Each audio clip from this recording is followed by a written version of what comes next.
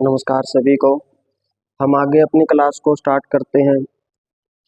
कल हमने prime minister के बारे में डिस्कस किया था। तो देखा आपने, जब हमने प्राइम मिनिस्टर को पढ़ा तो पाया गया भी जो भारत में सबसे शक्तिशाली जो पद है किसका है, प्राइम मिनिस्टर का है। यानी कि आपने देखा प्राइम मिनिस्टर क्या है, कितना पावरफुल है किसमें, इंडिया में। क्यों है इसके पीछे, क्योंकि संविधान ने ही इसको क्या दी गई, इतनी ज्यादा पावर दी गई है। तो उसके बारे में हमने कल पढ़ा किस प्रकार से कौन से आर्टिकल में प्राइम मिनिस्टर के बारे में बताया गया है, क्या उसकी पावर है। यानी कि सारी की सारी पावर एक देश को चलाने का काम कौन करता है, प्राइम मिनिस्टर ही करता है। तो सारा का सारा उत्तरदायित्व किसके पास रहता है, प्राइम मिनिस्टर के पास रहता है। तो उसके पास भी क्या है, फिर बहुत सारी क्या है, पावर है। कैसे इसकी योग्यताएं हैं, क्या कौन इसकी नियुक्ति करता है, कैसे ये शर्त लेता है, इन सब के बारे में हमने क्या कर लिया था, डिस्कस कर लिया था। इसी कड़ी में हम आगे बढ़ते हुए और इस कड़ी को मजबूत करते हैं। और इस कड़ी को मजबूत करने के लिए हमने इसी के आगे पार्ट जो इसकी सहायता के लिए होता है, यानी कि मंत्री परिषद। मंत्री परिषद यानी कि जो क्या देता है, प्राइम मिनिस्टर को सलाह देंगे कैसे वो काम करेगा, कैसे वो काम नहीं करता है। मंत्री परिषद का कैसे निर्माण होता है उसके बारे में पढ़ेंगे। कौन कौन मंत्री बनते हैं, कितने मंत्री बन सकते हैं उसके बारे में जानेंगे। क्या ये काम करते हैं, इनका क्या कोई उत्तरदायित्व है या नहीं है, उसके बारे में जानेंगे। एक टर्म आती है मंत्री परिषद क्या है, मंत्रिमंडल क्या है, इसको लेकर बच्चों में कंफ्यूज रहती है, काफी रहती है कि क्या मंत्रिमंडल और मंत्री परिषद एक ही बात है। कुछ बच्चे एक ही मान लेते हैं, लेकिन क्या होता है, अलग अलग है। उसके बारे में जानेंगे। और जानेंगे कि किचन कैबिनेट क्या है, इसके बारे में आपने सुना होगा। शैडो कैबिनेट क्या है। तो एक एक बात को हम क्या करेंगे, जानेंगे। तो आइए स्टार्ट करते हैं। मंत्री परिषद। मंत्री परिषद क्या है, council of minister.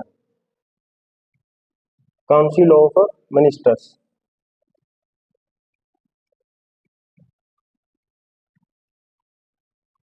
Council of ministers. देखो बेसिक बातें वही रहेगी। क्या बेसिक बातें रहेगी, जो मंत्री परिषद है वो क्यों हमारे इतना इम्पोर्टेंट है, क्योंकि हमने किसको अपना रखा है, संसदीय शासन प्रणाली को। संसदीय शासन प्रणाली, इसको क्या किया हुआ है, हमने अपना रखा है। तो संसदीय शासन प्रणाली में होगा क्या, वही दो प्रकार की क्या होगी, कार्यपालिका। जैसे हम कल भी डिस्कस कर रहे थे, दो प्रकार की कार्यपालिका होती है, नामात्र कार्यपालिका और वास्तविक कार्यपालिका। जो नामात्र की है वो राष्ट्रपति, और जो वास्तविक है मंत्री परिषद होगा, और उसका क्या होगा, हेड जो कौन होगा, प्राइम मिनिस्टर। प्राइम मिनिस्टर उसका क्या हेड होता है। तो संसदीय शासन प्रणाली में क्या है, मंत्री परिषद के बारे में बताया गया है, जो किसकी सहायता के लिए बनी है, राष्ट्रपति की सहायता व सलाह देने के लिए मंत्री परिषद का क्या किया गया है, निर्माण किया गया है। और उसका जो अध्यक्ष होगा कौन होगा, प्राइम मिनिस्टर। यानी कि आर्टिकल 74, यानी कि जितने भी देश में हम देखते हैं, जितने भी बड़े बड़े जो कार्य किए जाते हैं, जितने भी बड़े बड़े क्या लिए जाते हैं, निर्णय लिए जाते हैं, वो किसके द्वारा ही लिए जाते हैं, मंत्री परिषद। यानी कि जो मंत्रिमंडल बनता है वही क्या देता है, पीएम को सलाह देता है। फिर उनको क्या किया जाता है, मंत्री परिषद क्या करती है, दो प्रकार से अपनी भूमिका निभाती है। ये कार्यपालिका के रूप में भी काम करती है, और किसके रूप में भी काम करती है, ये विधान पालिका के रूप में भी काम करती है। तो क्या है, तो हमने पढ़ा था कल 74 आर्टिकल। इसमें क्या था, आपने देखा था, इसमें क्या था भी, राष्ट्रपति की सहायता। देखो बेसिक बातें वही रहेगी। और मैं बार बार कहता हूँ, पॉलिटिकल साइंस में क्या होगी, रिपीट बहुत सारी चीजें होती हैं। वो सारी चीजें आपने लेके चले, ये बहुत सारी चीजें आप कल पढ़ चुके हो प्राइम मिनिस्टर के बारे में, क्योंकि इसी से ही तो कड़ी जुड़ी हुई है। ये प्राइम मिनिस्टर और मंत्री परिषद की क्या है, एक साथ काम करते हैं। ये लग रहा है कि काम कर ही नहीं सकते हैं, तो ये जुड़ी हुई है। तो कैसे जुड़ी है उसके बारे में देखेंगे। राष्ट्रपति की सहायता, राष्ट्रपति की सहायता व सलाह, सहायता व सलाह के लिए, सहायता व सलाह के लिए क्या होगी, एक मंत्री परिषद होगी। मंत्री परिषद होगी जो राष्ट्रपति क्या देती है, सलाह देती है, सहायता करती है। और जिसका जो क्या होगा, अध्यक्ष कौन होगा, पीएम। अध्यक्ष कौन होगा, प्राइम मिनिस्टर क्या होगा, इसका अध्यक्ष। ये बात हमने कल पढ़ ली। यानी कि राष्ट्रपति की सहायता व सलाह के लिए एक मंत्री परिषद होगा, जिसका अध्यक्ष कौन होगा, पीएम। ये पढ़ ली। तो देखो हर एक चीज को वह सारी की सारी बातों क्या नहीं कर सकते, एक बार में हम नहीं पढ़ सकते। तो उन चीजों को धीरे धीरे हम पढ़ेंगे। जैसे ये बातें हमने कल पढ़ ली, एक चीज और जोड़ देता हूँ मैं इसमें। क्या चीज जोड़नी है भी, क्या है, जो मंत्री परिषद के द्वारा जो निर्णय लिए जाते हैं, मंत्री परिषद के द्वारा जो निर्णय लिए जाते हैं वो न्यायिक समीक्षा, न्यायिक समीक्षा से क्या है वो बाहर रखे गए हैं। न्यायिक समीक्षा से, न्याय समीक्षा नहीं की जा सकती, नहीं की जा सकती, की जा सकती। तो क्या देखो ये क्या बनाती है फिर, मंत्री परिषद को क्या बनाती है, पावरफुल बनाती है। क्योंकि मंत्री परिषद या जो क्या है अच्छे से काम कर पाए, स्वतंत्रता पूर्वक रहकर काम कर पाए, तो इसलिए आर्टिकल 74 की 2 क्लोज, कल हमने एक क्लोज तक पढ़ा था, जो क्या है मंत्री परिषद का गठन के बारे में बताती है। मंत्री परिषद होगी और उसका अध्यक्ष पीएम होगा, और साथ में क्या, जो मंत्री परिषद द्वारा क्या है जो निर्णय लिए जाते हैं उसकी न्यायिक समीक्षा नहीं की जा सकती। तो ये क्या करती है, ये एक्चुअल में जो संसदीय शासन प्रणाली है उसकी विशेषताएं हैं। यानी कि एक्चुअल में जो संसदीय शासन प्रणाली का जो आपको स्ट्रक्चर देखने को मिलता है वो इस वजह से मिलता है किसमें, 74। क्यों, क्योंकि इससे क्या मिल जाती है, मंत्री परिषद को अपनी पावर क्या हो जाती है, बहुत ज्यादा उनकी बढ़ जाती है, क्योंकि न्यायिक मूल्य की समीक्षा नहीं की जा सकती। तो हम देखते हैं जो मंत्री परिषद की जो सलाह है, देखो क्या है, मंत्री परिषद क्या देगा, सलाह देगा और सहायता करेगा। तो इस सलाह और जो सहायता है उसकी प्रकृति कैसी है, सलाह की प्रकृति, सलाह की प्रकृति, प्रकृति का मतलब है भी क्या, जो मंत्री परिषद द्वारा सलाह दी जाती है, क्या बस वो एक दे दी है, क्या उसको मानना जरूरी है या नहीं है, या मंत्री परिषद की इसमें क्या भूमिका रहती है, क्या नहीं रहती है। तो इसमें बताया गया है जो सलाह है, आपने यहाँ भी देख लिया 74 में लिख दिया है भी क्या सलाह देगा। तो एक आर्टिकल अमेंडमेंट किया गया था, 42वां संवैधानिक संशोधन किया गया, 42वां संवैधानिक संशोधन किया गया किसके द्वारा, इंदिरा गांधी के द्वारा 1976 में। तो इसके तहत क्या कर दिया गया था, देखो कितनी पावर को बढ़ा दिया था, क्या पावर को बढ़ा दिया था, राष्ट्रपति को क्या है मंत्री परिषद की सलाह मानना क्या है, बाध्यकारी है। यानी कि इसकी अगर मैं प्रकृति की बात करूं तो क्या है वो बाध्यकारी है, बाध्यकारी। ये नहीं है सिर्फ परामर्श ही देगी, परामर्श ही देगी और उसको राष्ट्रपति मान भी सकता है और नहीं भी मान सकता है, ऐसा नहीं है। इसकी जो प्रकृति है वो कैसी है, बाध्यकारी है। बाध्यकारी कैसे है, इसमें हम कुछ अमेंडमेंट देखेंगे और कुछ देखेंगे इसमें कुछ क्या आए हैं, केसेस आए हैं, वाद आए हैं, तो उसने किस प्रकार से मंत्री परिषद की पावर को डिफाइन किया है या परिभाषित किया उसके बारे में जानेंगे। तो इंदिरा गांधी ने 42वां संविधान संशोधन किया 1976 में। इसमें क्या कह दिया, जो भी मंत्री परिषद के द्वारा जो भी निर्णय लिए गए हैं वो राष्ट्रपति को मानने बाध्यकारी ही होंगे और उसको पुनः विचार के लिए संसद में नहीं लौटा सकता। यहाँ पर तो मंत्री परिषद की अगर आप देखो तो वहां पर बहुत ही ज्यादा तानाशाही बन गई थी। इसको कम करने के लिए, थोड़ा क्या करने के लिए, कम करने के लिए 44वां संवैधानिक संशोधन किया गया 1978 में। और इसमें जो क्या था, जो राष्ट्रपति से ये पावर छीन ली थी भी पुनः विचार के लिए आप नहीं लौटा सकते, इसमें क्या कह दिया गया भी राष्ट्रपति क्या कर सकता है, राष्ट्रपति एक बार पुनः विचार के लिए क्या कर सकता है, लौटा सकता है।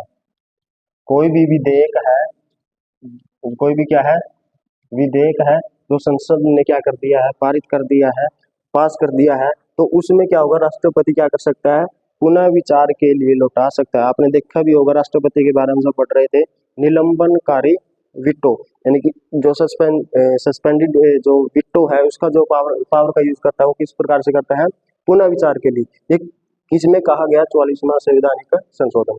इसकी प्रकृति कैसी होगी, बाध्यकारी। बाध्यकारी मानने के लिए देखो इसमें तो क्या कर दिया था, 42वां संविधान संशोधन इंदिरा गांधी ने तो पूर्ण रूप से क्या बना दिया था, राष्ट्रपति को नामात्र ही, पूर्ण रूप से ही एक तरह देखे तो। और इसमें क्या कर दिया, इसमें कुछ पावर दे दी गई, कुछ राष्ट्रपति को पावर क्या दे दी गई भी एक बार विधेयक को क्या कर सकता है, पुनः विचार के लिए लौटा सकता है। तो इससे भी पहले एक केस हुआ UN राव की, UN Rao versus union state या भारत संघ या भारत संघवाद, भारत संघवाद 1971। बहुत इंपॉर्टेंट ये वाद रहा है इसमें आप देखोगे जो मंत्री परिषद है उसके बारे में इसने क्या भूमिकाएं दी है। तो मंत्री परिषद की इसमें क्या भूमिका है, देखो UN राव क्या था, मामला क्या था, एक बार ये सुन लो। 1970 की बात है। 1970 में क्या हो गया था, 1969 तक, एक साल पहले ही आप चलते हैं, तो कांग्रेस में क्या होने लगी थी, फूट पड़ गई थी, पार्टी दो भागों में बंट गई थी। आपने देखा होगा इंदिरा गांधी और मोरारजी देसाई, उनके बीच में क्या हो गए थे, बहुत ज्यादा विवाद हो गए थे। तो इंदिरा गांधी ने क्या कर लिया था, आपने देखो जब राष्ट्रपति का चुनाव हो रहा था, कांग्रेस पार्टी चाहती थी नीलम संजय रेड्डी क्या बने, राष्ट्रपति बने, लेकिन इंदिरा गांधी ने पार्टी के खिलाफ जाते हुए वीवी गिरी को क्या किया था, राष्ट्रपति पद के लिए कैंडिडेट खड़ा किया, और वो क्या हो गया था, फिर जीत भी गया था। तो उसके बाद पार्टी में बहुत ज्यादा विवाद बढ़ गया और पार्टी में क्या हो गया, टूट गई। तो इंदिरा गांधी चाहती थी भी मैं क्या कर लूं, समय से पहले क्या कर लूं, इलेक्शन कर लूं, क्योंकि इलेक्शन जो हुए थे 1967 में हुए थे, 1967 में हुए थे, तो 5 साल के लिए हो गए। 5 साल कब हो गए, 72 में होंगे, यानी कि 72 में क्या होगा, उस लोकसभा का क्या होगा, कार्यकाल पूरा होगा। लेकिन इंदिरा गांधी चाहती थी भी मैं क्या करूं, क्योंकि उसका जो बहुमत था वो कम रह गया था, और इंदिरा गांधी चाहती थी भी जो मेरा बहुमत हो लोकसभा में बहुत ज्यादा, और जो इस प्रकार से मेरे को कोई रोकने टोकने वाला ही ना हो। तो इस वजह से उसने क्या कर दिया, पहले ही इलेक्शन कराने की ठान ली। तो 1970 में विवाद चल पड़ा, या 1971 में क्या हुआ, ये एक वकील है मद्रास कोर्ट में, तो उसने क्या कहा था, इंदिरा गांधी ने क्या कर दिया, जैसे ही क्या होगा, लोकसभा का विघटन होगा, तो मंत्रिपरिषद भी क्या होगी है, विघटन हो जाती है। यानी कि देखो क्या होगा, क्योंकि क्या रहता है, सामूहिक उत्तरदायित्व रहता है। लेकिन इसमें कहा गया, इंदिरा गांधी ने कहा भी आप क्या कर दो, लोकसभा का विघटन तो कर दो, लेकिन जो मेरा पद है वो क्या रहना चाहिए, बना रहना चाहिए, यानी कि मैं प्राइम मिनिस्टर ऐसे की ऐसी बनी रहूं। ये कंडीशन लगा दी किसने, इंदिरा गांधी ने। तो मामला चला गया मद्रास हाई कोर्ट में। मद्रास ने इसके द्वारा लगाई गई अर्जी को क्या कर दिया, खारिज कर दिया, और इंदिरा गांधी की बात को क्या मान लिया, सही मान लिया। तो फिर ये केस चला गया 1971 में, कहां पर, सुप्रीम कोर्ट में। सुप्रीम कोर्ट ने भी क्या कहा, भी जो अगर हम क्या कर देते हैं, तो देखो एक बात याद रखनी है आपने, क्या है, लोकसभा का क्या हो जाता है, लोकसभा का विघटन हो जाता है, लोकसभा का क्या हो जाता है, विघटन हो जाता है, लेकिन मंत्री परिषद का विघटन नहीं होता। मंत्री परिषद क्या रहती है, बनी रहती है। मंत्री परिषद क्या रहेगी, बनी रहेगी। विघटन किसका हो जाता है, लोकसभा का हो जाता है, लेकिन मंत्री परिषद बनी रहेगी जब तक कि नई मंत्री परिषद नहीं बन जाती है। तो ये किस मामले में कह दिया गया, UN राव में, क्योंकि इसमें कह दिया अगर क्या कर दिया गया, मंत्री परिषद का को ही खत्म कर दिया, तो जो हमारे जो किसका उल्लंघन होगा, ये एक तो आर्टिकल 53 में जो लिखा हुआ है, विसंघ की कार्यपालिका की शक्ति किसके पास है, राष्ट्रपति के पास है, लेकिन उसकी शक्तियों का प्रयोग करेगा अपने अधीनस्थों की सहायता से।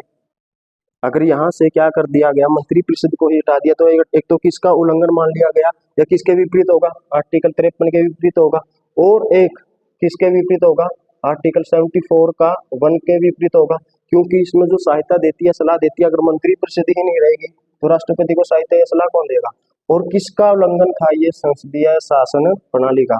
तो इस वाद से क्या मान लिया गया कि लोकसभा का विघटन हो सकता है, मंत्री परिषद का विघटन नहीं हो सकता, जब तक कि क्या ना जाए, नई मंत्री परिषद का गठन ना हो जाए। तो इससे देखो मंत्री परिषद की कितनी पावर बढ़ गई है, किसके से, UN राव के से। इसका मानना था, इसने जो दलील दी, इसने दलील दी है आर्टिकल 83 की दो क्लोज, दूसरी जो क्लोज है उसको ध्यान में रखते हुए इसने कहा, क्योंकि लोकसभा का क्या हो गया, इसमें भंग किया जाता है। आगे हम पढ़ेंगे, आगे जो हम पढ़ रहे हैं विधान पालिका के बारे में पढ़ेंगे। आर्टिकल 83(2) में क्या है भी, लोकसभा का किसके बारे में भंग है, वो किसी भी कारण से हो सकती है, या सरकार बहुमत खो दे, प्रधानमंत्री कह दे, लोकसभा की गठन होगी। तो ये कहता है भी क्योंकि मंत्री परिषद का क्या होता है, सामूहिक उत्तरदायित्व होता है लोकसभा के प्रति। अब लोकसभा ही नहीं बची है, तो फिर मंत्री परिषद का करेंगे क्या, तो इसको मंत्री परिषद यानी कि क्या किया जाए, प्रधानमंत्री को भी अपने पद से क्या देना चाहिए, हट जाना चाहिए। लेकिन इस बात को क्या कर दिया गया, सुप्रीम कोर्ट ने नकार दिया गया, और किसको सही ठहरा दिया गया, यानी कि जो ये कहा गया आर्टिकल 53 में जो बात लिखी हुई है, और आर्टिकल 74 में लिखी हुई है, और जो हमने संसदीय शासन प्रणाली का ढांचा को अपना रखा है, इस बात को सही मान लिया गया। और एक केस और होता है शमशेर सिंह, शमशेर शमशेर सिंह वर्सेस पंजाब, पंजाब राज्य केस था 1974 में। इसमें भी क्या कहा गया, इसने भी कोर्ट ने क्या कह दिया गया भी जो मंत्री परिषद की जो पावर है वो क्या है, बाध्यकारी रहेगी। यानी कि क्या है, जो मंत्री परिषद की जो पावर है वो कैसी रहेगी, बाध्यकारी रहेगी। उसके द्वारा जो सलाह दी गई है, सहायता दी गई है, बाध्यकारी होगी। और इस वजह से राष्ट्रपति क्या बन गया है, नाम मात्र का। यानी कि इस बात को क्या मान लिया गया, सही मान लिया गया। हाँ, लेकिन आपको 1978 में कह दिया गया था एक बार क्या कर सकता है, पुनः विचार के लिए लौटा सकते हैं। तो इसमें हमने देखा जो मंत्री परिषद की है, इससे पावर आपने देखी कैसी पावर है, यानी कि मंत्री परिषद की प्रकृति है वो कैसी है, कैसी है, बाध्यकारी है, बाध्यकारी है। और लेकिन इसमें कुछ संशोधन किए गए, कुछ वाद आए। तो उसमें क्या था, 42वां संविधान संशोधन में क्या था, 1976 में कह दिया गया पूर्ण रूप से क्या होगा, राष्ट्रपति नाम मात्र का होगा।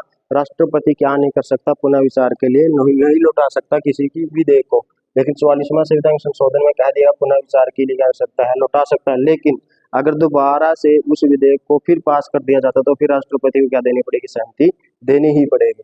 तो इससे संबंधित केस आया UN राव वर्सेस भारत संघवाद 1971 में। और इसमें मान लिया गया भी क्या है, लोकसभा का विघटन हो जाता है लेकिन मंत्री परिषद क्या रहेगी, ऐसी की ऐसी बनी रहेगी।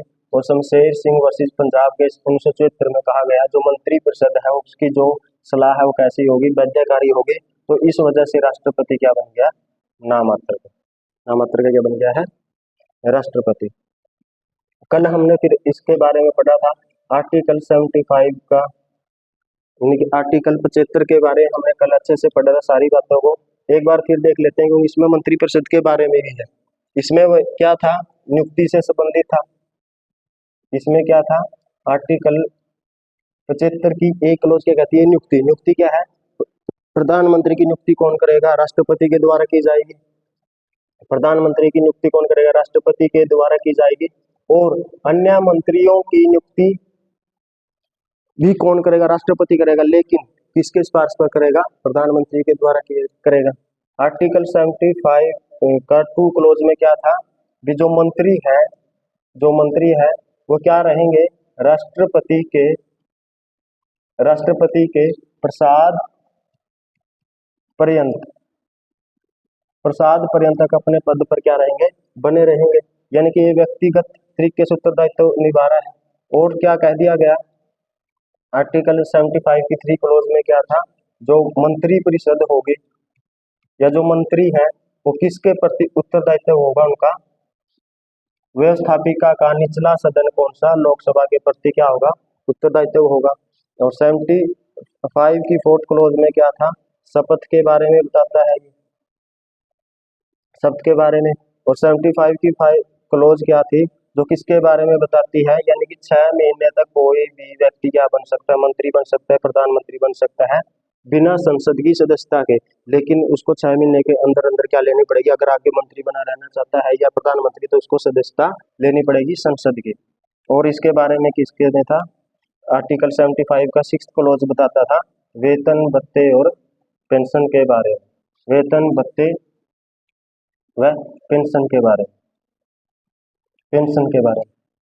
यहाँ तक हमने जान लिया। तो ये मंत्री परिषद में भी ऐसे कैसे क्या होते हैं, काउंट होते हैं। तो इसमें अलग से जो चीज आपने पढ़नी है, एक आर्टिकल है 75 1 का ए, आर्टिकल बाद में क्या कर दिया गया, इसको जोड़ा गया। देखो इंपॉर्टेंट है, इस यहाँ से क्वेश्चन आया भी है। देखो क्वेश्चन कैसे आते हैं, जो मूल संविधान में बात रखी हो तो ठीक है, लेकिन ज्यादातर जो क्वेश्चन आ रहे हैं वो क्वेश्चन इस प्रकार से आते हैं जो बाद में जो भी कंडीशन जोड़ी गई है, बाद में कोई भी आर्टिकल जोड़ दिया गया है, किस संशोधन के द्वारा जोड़ा गया है, वो बात ज्यादा क्या कर ली जाती है, पूछ ली जाती है। तो इम्पोर्टेंट है, इसमें क्या है, जो 75 1 का ए है, इसमें लिखा गया है जो प्रधानमंत्री सहित, देखो बात को समझना है, प्रधानमंत्री सहित मंत्री परिषद की संख्या 15% से अधिक नहीं हो सकती। 15% से अधिक नहीं हो सकती। तो आप देखते हो जो ये मंत्री बनते हैं वो कितने बन सकते हैं, उसके बारे में बताया गया है। अधिक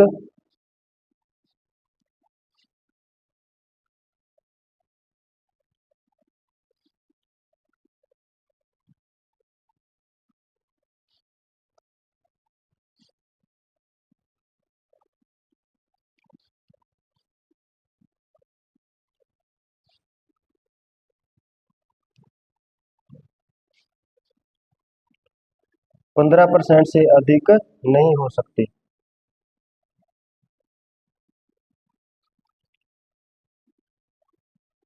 देखो क्या कहा है, आर्टिकल 75 का ए क्लोज की आगे भी ए जोड़ दिया, उसमें कह दिया गया। देखो बात क्या रखनी है, मंत्री प्रधानमंत्री साथ में है और उसके साथ मंत्री परिषद की संख्या 15% से अधिक नहीं हो सकती।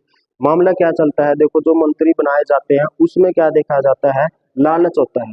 लालच किस प्रकार का, एक तो पद का है, पावर का है, पैसा है।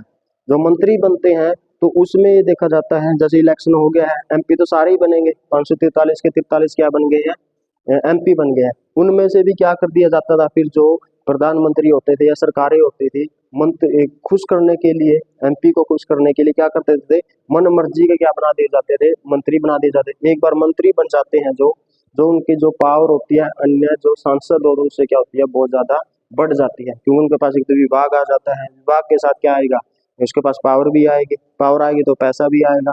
तो इस वजह से क्या किया जा रहा था, इसका दुरुपयोग किया जा रहा था, क्योंकि जो भी प्रधानमंत्री बनते और बहुत सारे मंत्रियों को क्या कर दिए जाते थे, नियुक्त कर दिए जाते थे। लेकिन एक कंडीशन लगा दी, कितनी, प्रधानमंत्री सहित कितने नहीं हो सकते, मंत्री परिषद की संख्या 15%। यानी कि जो हमारे क्या है, 543, जो क्या है, अगर मैं लोकसभा की बात करूं तो 543 है, उससे 15% आप ज्यादा रख ही नहीं सकते। उससे आप क्या नहीं कर सकते, 15% से ज्यादा आप मंत्री बना ही नहीं सकते। हाँ, मंत्री राज्यसभा से भी हो सकता है, लेकिन सारे की सारे जो मंत्री बनेंगे या मंत्री परिषद बनेगी प्रधानमंत्री से, तो वो 15% से अधिक हो ही नहीं सकता।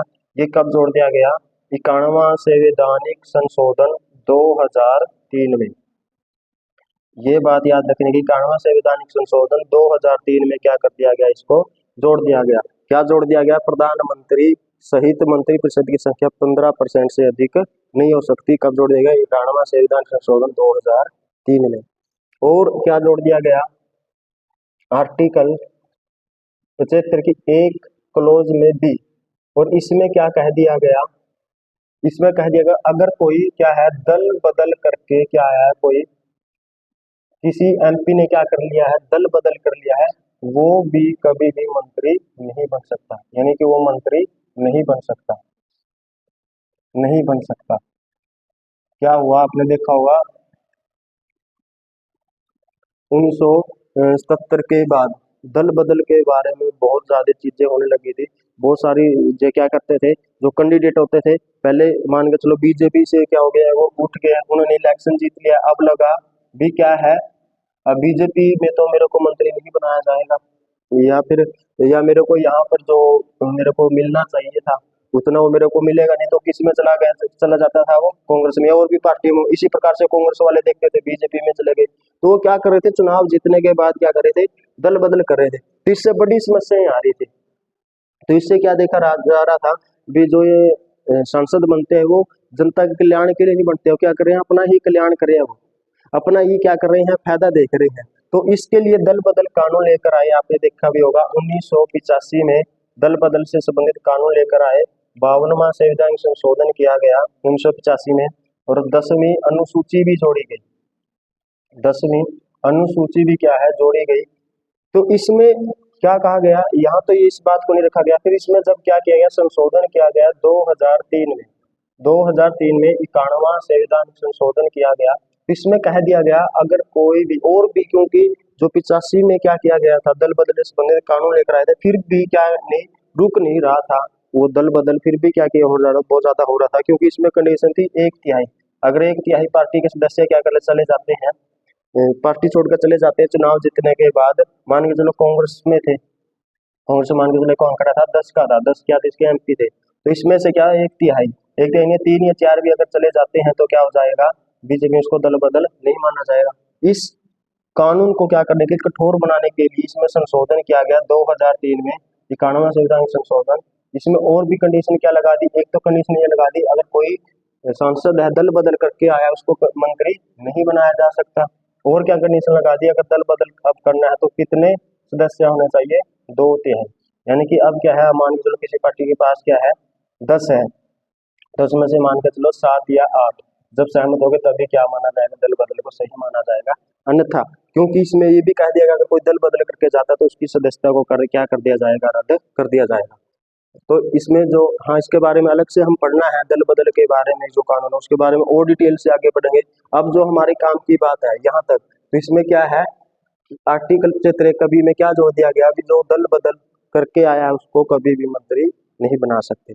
दो बातें हमने पढ़ी इसमें, एक तो क्या पढ़ी, प्रधानमंत्री सहित मंत्रिपरिषद की संख्या 15% से अधिक नहीं हो सकती, कौन सा संविधान संशोधन, 91वां संविधान संशोधन 2003 में। और क्या पढ़ा हमने, जो दल बदल करके मंत्री आया है उसको कभी भी मंत्री नहीं बना सकते, यानी कि जो सांसद दल बदल करके आया है उसको कभी भी मंत्री नहीं बनाया जा सकता। इसके बारे में जानना। और क्या है इसका, हम क्या देखते हैं, उत्तरदायित्व, यानी कि क्या फिर इसका क्या कोई उत्तरदायित्व है या नहीं है। जो मंत्रिपरिषद है वो किसी के प्रति उत्तरदायित्व है या नहीं है।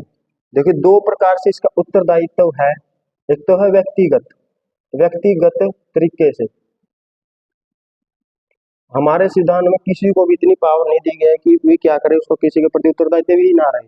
सबके ऊपर कहीं ना कहीं क्या लगाई गई है, पावर दी गई है, तो उसके साथ साथ क्या क्या लगाया गया है, नियंत्रण भी लगाया गया है, उसको कंट्रोल भी रखा गया है। तो इसका क्या, दोनों प्रकार से इसके ऊपर कंट्रोल रखा गया है, जैसे व्यक्तिगत भी है और सामूहिक भी है, सामूहिक उत्तरदायित्व भी है। जब आप ये देखोगे आर्टिकल 75 का 2 क्लोज, आर्टिकल 75 की 2 क्लोज और आर्टिकल 75 की 3 क्लोज, इसमें आप पाओगे तो क्या है, व्यक्तिगत उत्तरदायित्व और सामूहिक। व्यक्तिगत उत्तरदायित्व कैसे है, क्योंकि मंत्री कब तक अपने पद पर बने रहेंगे, जब तक क्या करेगा, राष्ट्रपति की इच्छा रहेगी, यानी राष्ट्रपति जब तक क्या करेगा, अपनी इच्छा के अनुसार ही वो क्या बने रह सकते हैं, मंत्री बने रह सकते हैं। लेकिन हाँ, आपको इसके साथ भी ये पढ़ना है, राष्ट्रपति की इसमें पूर्ण रूप से नहीं चलती। कौन कहेगा, प्राइम मिनिस्टर कहेगा भी इस व्यक्ति को मंत्री बनाना है और इस व्यक्ति को मंत्री नहीं बनाना है। जैसे मान के चलो लोग, सरकार बन गई, सरकार में मान के चलो ए को क्या बनाया गया, मंत्री बना दिया गया, कोई भी गृह मंत्री बना दिया, मान के चलो इसको गृह मंत्री बना दिया। अब क्या है, जो पीएम था उसके साथ इसकी अच्छी से नहीं बनी, इसकी क्या है, अच्छे से नहीं बनी, तो क्या होगा, वो कहेगा कि इसको प्रधानमंत्री, राष्ट्रपति को कहेगा भी इसको क्या करो, आप इस पद से हटा दो, इस पद से हटा दो।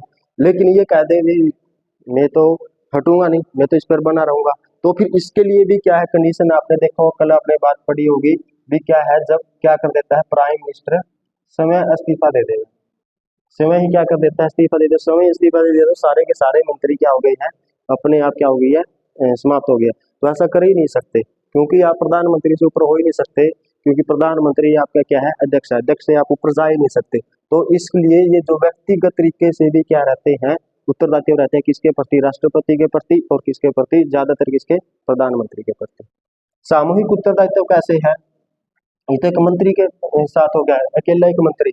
इस सामूहिक मतलब होगा पूरी की पूरी मंत्री परिषद, पूरी की पूरी मंत्री परिषद का क्या है, उत्तरदायित्व है। तो आपने देखा ये आर्टिकल पढ़ा जब 75 का 3 क्लोज, क्या लिखा गया है, जो पूरी की पूरी जो मंत्री परिषद है वो लोकसभा के प्रति क्या है, उत्तरदायित्व है, लोकसभा के प्रति उत्तरदायित्व। लोकसभा के प्रति उत्तरदायित्व होने का मतलब क्या है, जब तक ही मंत्री परिषद में रह सकती है, जब तक उनको क्या मिला रहेगा, लोकसभा में बहुमत मिला रह सकेगा, यानी कि जब तक क्या बना रहेगा, उनको बहुमत मिलता रहेगा, तब तक ही क्या रह सकते हैं, वो मंत्री रह सकते हैं, यानी कि मंत्री परिषद बनी रह सकती है। लोकसभा ने क्या कर दिया, लोकसभा से क्या कर दिया है, बहुमत खो दिया है, तो क्या हो जाएगा, सरकार गिर जाएगी, सरकार गिरेगी तो मंत्री परिषद भी चली जाएगी, तो प्रधानमंत्री ने अपना इस्तीफा देना पड़ेगा, फिर क्या होगी, नई मंत्री परिषद का क्या किया जाएगा, गठन किया जाएगा। यानी कि इनकी उत्तरदायित्व किसके प्रति है, लोकसभा के प्रति। वो कैसी है, सामूहिक। आपने देखा होगा अविश्वास प्रस्ताव, अविश्वास प्रस्ताव किसी की भी क्या है, बन जाती है, सरकार आ जाती है। जैसे हम समझते हैं इसके बारे में, दो चीजें होती है, एक तो होता है विश्वास प्रस्ताव, इसके बारे में हम आपको बता देते हैं। एक तो होता है विश्वास प्रस्ताव,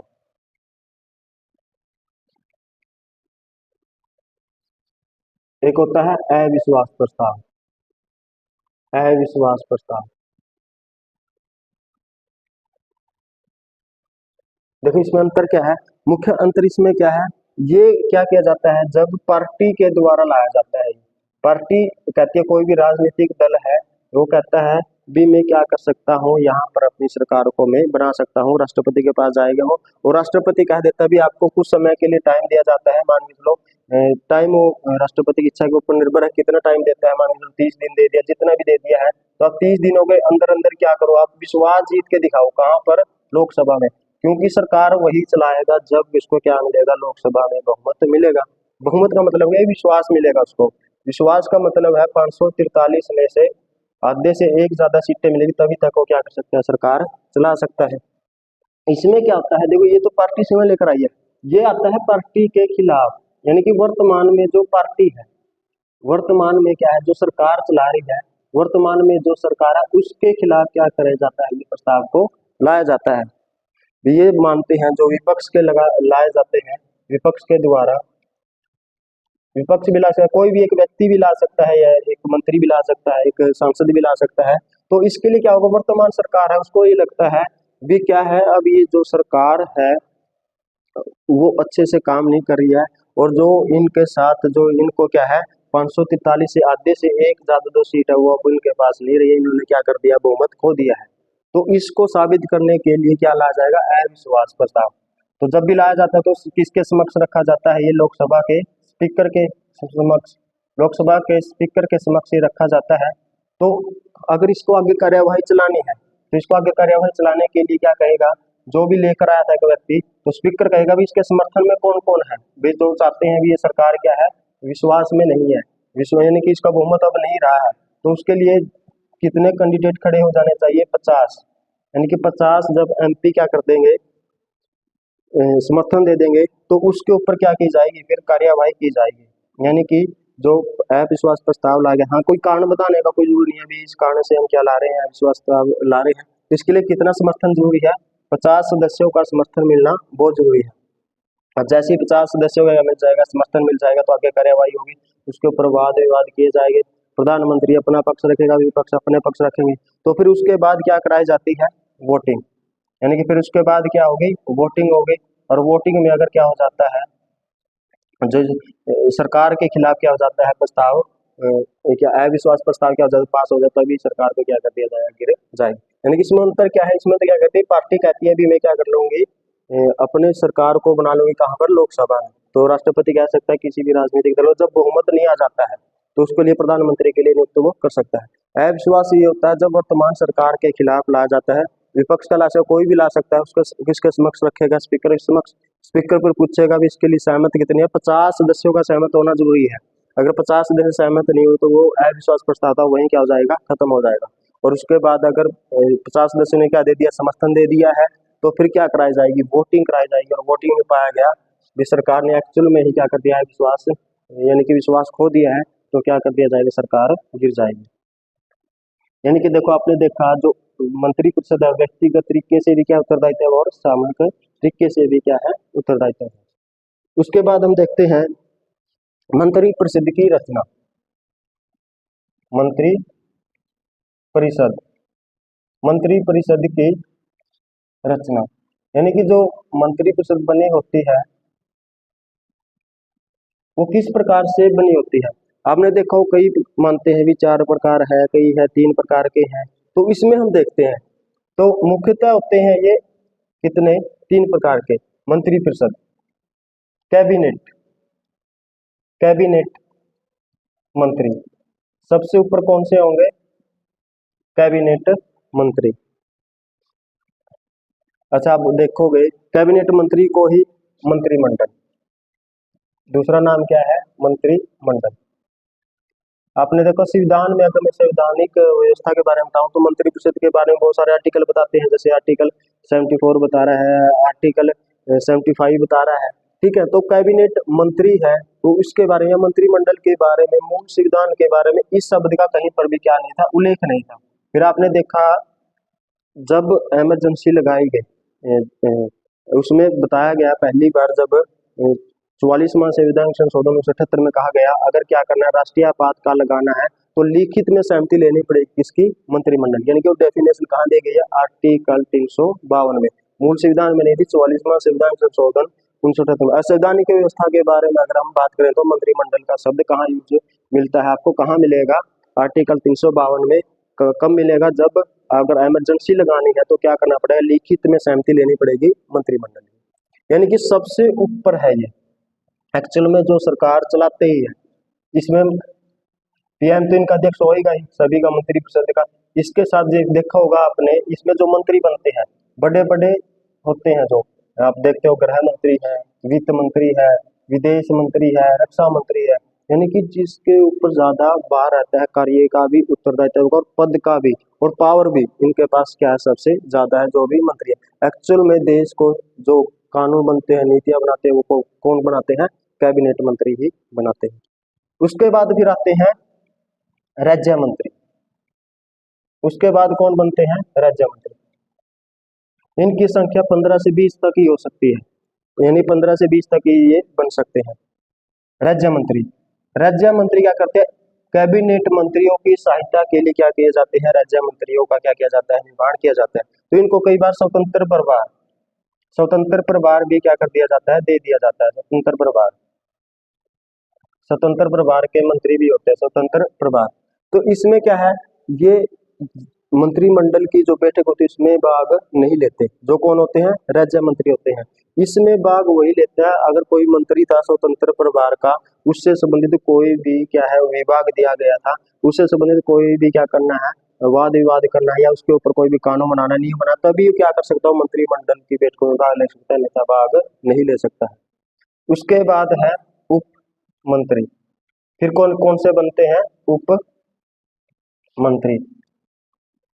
उप मंत्री ये क्या करते हैं, ऊपर के दो मंत्री है जो कैबिनेट मंत्री है और राज्य मंत्री है, इनके प्रशासनिक रूप से, संसदीय रूप से और राजनीतिक रूप से उनकी सहायता के लिए, यानी कि प्रशासनिक रूप से, राजनीतिक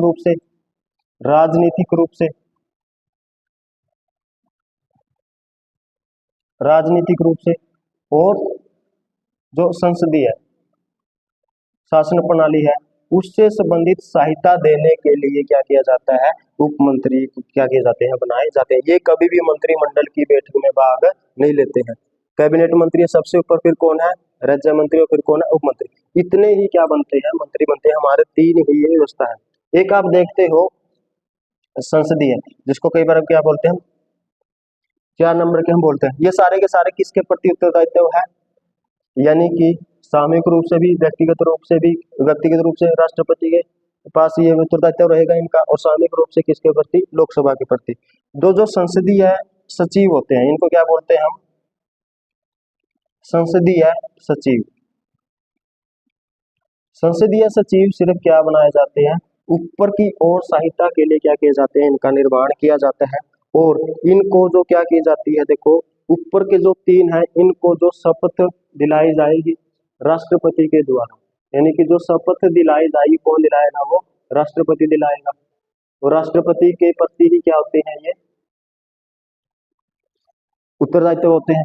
लेकिन जो संसदीय सचिव होते हैं उसका जो बनाते हैं या जिसका जो गठन करता है वो प्राइम मिनिस्टर ही क्या करते हैं, गठन करते हैं। प्राइम मिनिस्टर ही क्या करते हैं, शपथ दिलाते हैं, और प्रधानमंत्री के साथ ही क्या इनका रहता है, उत्तरदायित्व रहता है। यानी कि ये सारा का सारा क्या है, सिर्फ ऊपर के लोग हैं, जो ऊपर के जो मंत्री हैं उनकी सहायता के लिए क्या किया जाता है, बनाए जाते हैं। यानी कि मंत्री परिषद की रचना क्या है, कैबिनेट मंत्री, राज्य मंत्री, उप मंत्री, 3 प्रकार के मंत्री बनते हैं। एक जो होता है संसदीय सचिव। संसदीय सचिव कैसे है, हाँ बनेंगे सांसद ही, उसकी किसकी सहायता के लिए, ऊपर के जो 3 मंत्री बने गए हैं उनकी सहायता के लिए। इनका क्या होता है, प्रधानमंत्री ही इनको नियुक्त करता है, प्रधानमंत्री ही शपथ दिलाएगा, और प्रधानमंत्री के साथ इनका क्या रहेगा, उत्तरदायित्व होगा। लेकिन इन तीनों का क्या रहेगा, शपथ भी कौन दिलाएगा, राष्ट्रपति, और उत्तरदायित्व किसके पक्ष रहेगा, राष्ट्रपति के पास। एक चीज आप देखते हो फिर मंत्री परिषद है, एक चीज होती है मंत्री परिषद, और एक चीज होती है मंत्रिमंडल।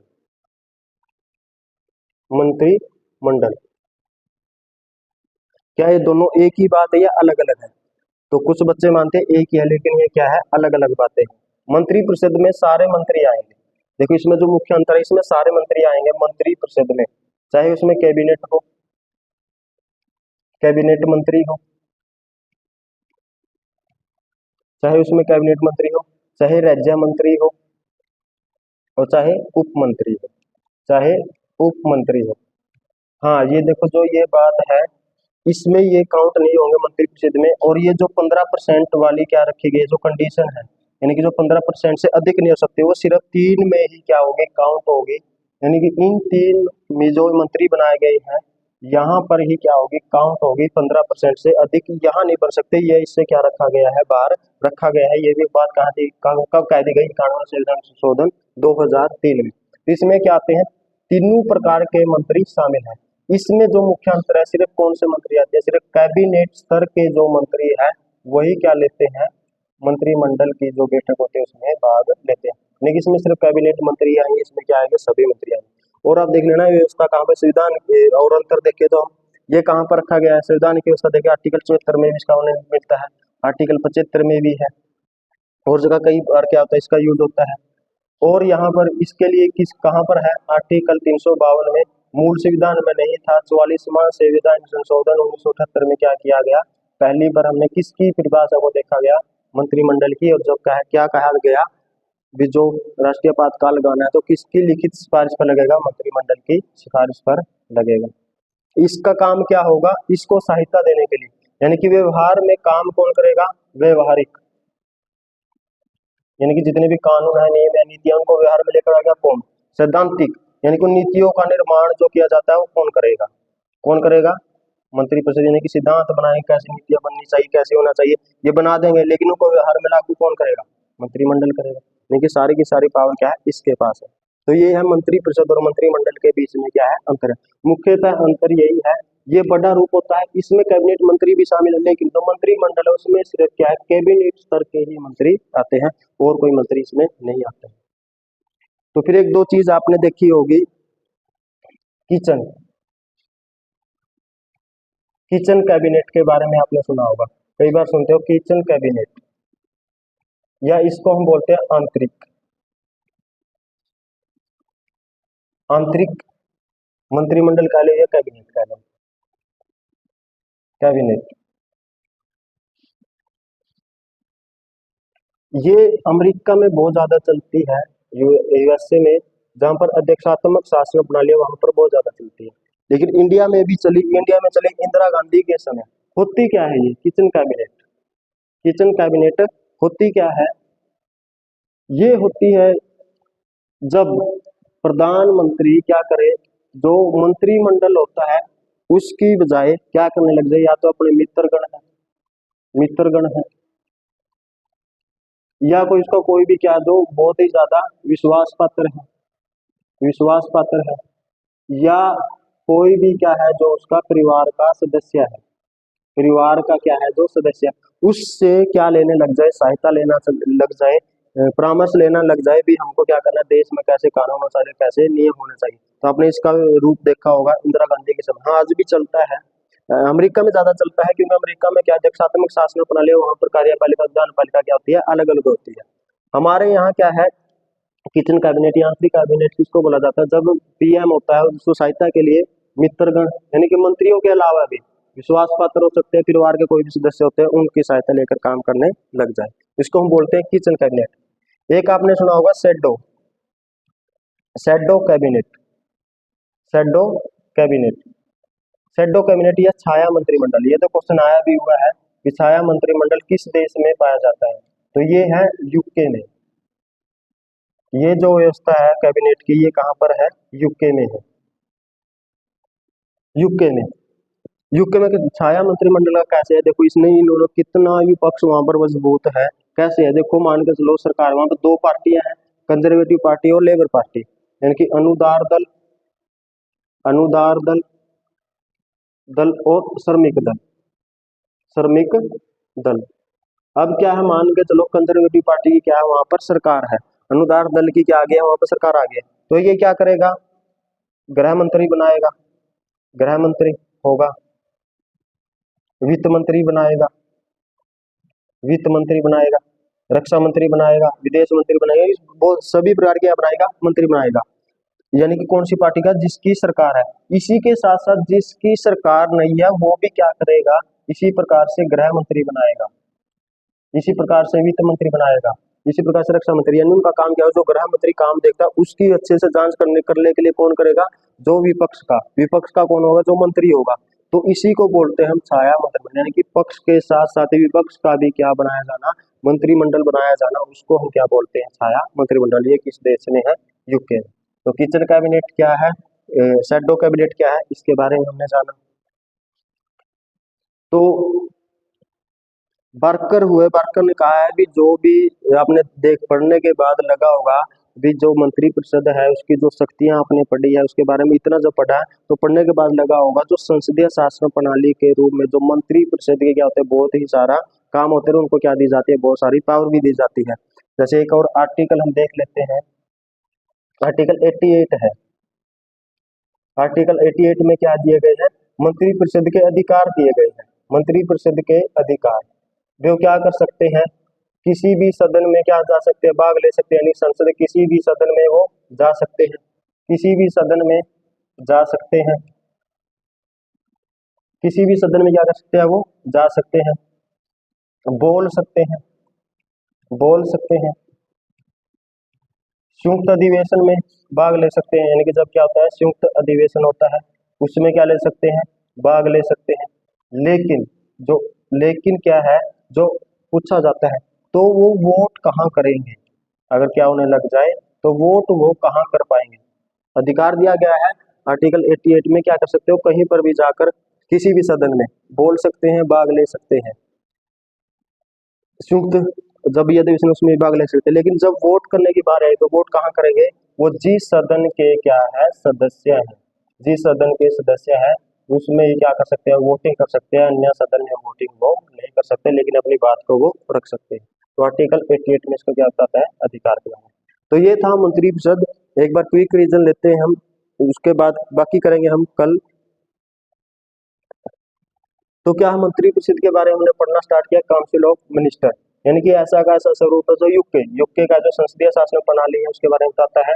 आर्टिकल हमने पढ़ा 74 में, इसमें क्या बताया गया है भी, जो सहायता के लिए क्या किसका निर्माण किया जाएगा, मंत्री परिषद का, जिसका अध्यक्ष होगा पीएम, और उसको पावर देने के लिए मंत्री परिषद को क्या दे दी गई, इसके द्वारा जो निर्णय लिए जाते हैं उसकी न्यायिक समीक्षा नहीं की जा सकती। और क्या है, जब हम प्रकृति के बारे में देखते हैं इसकी कैसी है, बाध्यकारी है, यानी कि राष्ट्रपति क्या करता है, इसकी बात को मानने के लिए बाध्यकारी है। इसमें हमने अमेंडमेंट देखे, वाद देखे, और जब क्या देखा, जब लोकसभा विघटन हो जाता है लेकिन मंत्री परिषद बनी रहेगी। ये लैंडमार्क क्या आया था, केस आया था, वाद आया था, ये इंपॉर्टेंट है, ऐसे ही क्वेश्चन पूछ लिए जाते हैं। तो एक शमशेर सिंह केस में भी कहा गया है भी, जो क्या है, इसके मंत्री परिषद की जो परामर्श बाध्यकारी होगा, इस वजह से राष्ट्रपति क्या बन गया है, नामात्र का। तो उसके बारे में हमने आर्टिकल 75 में देखा, सारे के सारे किसके बारे में बताता है, मंत्रिपरिषद के बारे में। एक जो अलग से बात हमने देखी, वो बात क्या थी, बाद में जो जोड़ा गया 91 संविधान संशोधन 2003 में, क्या जोड़ दिया गया, जो प्रधानमंत्री सहित मंत्रिपरिषद की संख्या 15% से अधिक नहीं हो सकती। और क्या जोड़ दिया गया, जो दल बदल करके सांसद आया उसको मंत्री नहीं बनाया जा सकता। कब जोड़ दिया गया, ये भी 91 संविधान संशोधन 2003 में, दल बदल कानून से संबंधित। उसके बाद उत्तरदायित्व देखा हमने, व्यक्तिगत उत्तरदायित्व और सामूहिक उत्तरदायित्व है। एक होता है वैधानिक उत्तरदायित्व, एक होता है वैधानिक उत्तरदायित्व, उत्तरदायित्व ये इंडिया में नहीं चलता, ये किस में है, यूके में है। यहाँ समझ लो, कंपेयर कर देता हूँ। होता क्या है, जब भी क्या करेगा, कोई भी आदेश निकाला जाता है राजा के द्वारा, इंग्लैंड में क्या होता है, जब भी राजा के द्वारा क्या निकाला जाता है, आदेश निकाला जाता है किसी भी प्रकार का, तो उसके ऊपर हस्ताक्षर किसके हो गए, मंत्री के, यानी कि मंत्री के क्या कराए जाते हैं, हस्ताक्षर कराए जाते हैं। तो इस वजह से वहां पर कोटेशन भी चलती है, एक वहां पर कहावत भी है भी, राजा कभी भी गलती नहीं कर सकता। अगर कोई भी, अगर उस बाद में कोई वो जो कानून बनाया गया तो उसमें किसी प्रकार की दिक्कतें आ जाती है, तो उत्तरदायित्व किसका रहेगा, मंत्री का रहेगा, क्योंकि हस्ताक्षर किसने किए हैं, मंत्री ने किए। लेकिन हमारे ऐसा नहीं है, वैधानिक उत्तरदायित्व इंडिया में नहीं, ये कहाँ पर है, यूके में। हमारे दो प्रकार का चलता है, व्यक्तिगत और सामूहिक, ये मैंने बता दिया किस प्रकार से। उसके बाद हमने देखा विश्वास प्रस्ताव और अविश्वास प्रस्ताव के बारे में। विश्वास प्रस्ताव पार्टी लेकर आती है और ये किसके खिलाफ आता है? वर्तमान सरकार के खिलाफ आता है। उसके बाद मंत्रिपरिषद की रचना, 3 प्रकार के मंत्री बनते हैं, कैबिनेट, राज्य मंत्री और उप मंत्री। एक होता है संसदीय सचिव, ये इससे अलग होता है, इसके कौन बनाता है? पीएम बनाता है, पीएम ही शब्द दिलाता है, पीएम के प्रति ही उत्तरदायित्व रहते हैं। लेकिन जो ऊपर के 3 है उनको शब्द कौन दिलाएगा? राष्ट्रपति दिलाएगा, और राष्ट्रपति ही के प्रति क्या आते हैं? उत्तरदायित्व रहते हैं इनका। और उसके बाद देखा हमने मंत्रिपरिषद और मंत्रिमंडल में क्या अंतर है। मंत्रिपरिषद में सभी प्रकार के मंत्री आते हैं, लेकिन मंत्रिमंडल में सिर्फ कैबिनेट स्तर के ही मंत्री आते हैं। उसके बाद देखा हमने किचन कैबिनेट क्या है, जिसमें मंत्रियों के अलावा भी, यानी कैबिनेट मंत्री के अलावा भी जो पीएम क्या कर सकता है? अपने मित्रगण को, विश्वास पात्र कोई भी हो सकता है, परिवार की सहायता लेकर क्या कर सकता है? कानून, नियम, नीतियां बना सकता है। एक फिर देखा हमने शैडो कैबिनेट, ये कहाँ चलता है? यूके में। इसमें क्या होता है? जैसे पक्ष अपने मंत्रियों की रचना करे, उसी प्रकार से विपक्ष क्या करता है? अपने मंत्रियों की रचना करता है। तो ये था शैडो कैबिनेट। एक था इनके अधिकार से संबंधित आर्टिकल क्या था? वो किसी भी सदन में जा सकते हैं, बोल सकते हैं, लेकिन वोट कहाँ करेंगे? जिस सदन के क्या हो वो सदस्य हैं। तो उम्मीद करता हूँ तो यहाँ तक आपको सारी चीजें समझ में आ गई होगी। तो बाकी करेंगे कल। बहुत बहुत धन्यवाद।